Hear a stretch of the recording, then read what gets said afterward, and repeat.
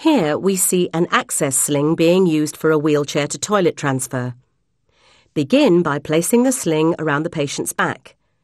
Using good postures, sit the patient forward and bring the chest piece round and under the arms.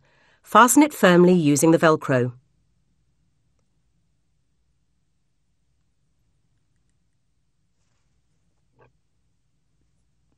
Raise the patient's leg to support it and bring each leg piece down firmly, sliding under the leg. Kneel to the opposite side to save stretching across and repeat the process for the other leg. Loop one strap through the other. To go in this sling, the patient requires a degree of trunk control and the ability to extend the spine from the hips in order to hold themselves into the sling somewhat. Bring the lift in towards the patient with a hand on the cradle so as not to endanger them.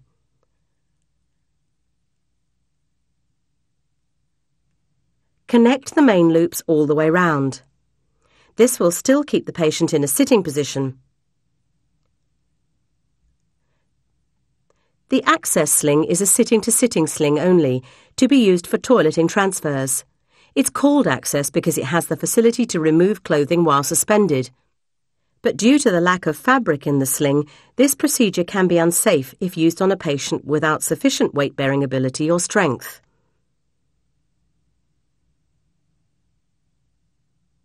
The patient's arms need to be on the outside of this sling.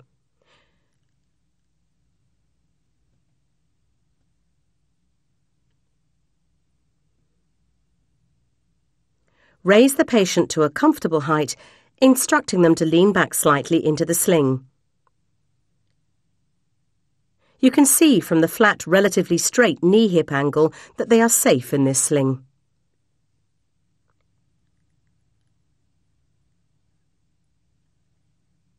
When ready, walk backwards, holding the lift at a comfortable height and keeping square to the load.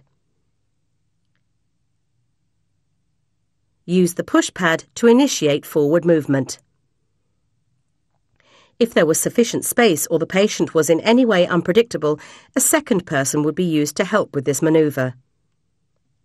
Lower the patient down onto the toilet. Push back on the front of the knees to position correctly on the toilet. During the transfer, remove the patient's lower clothing.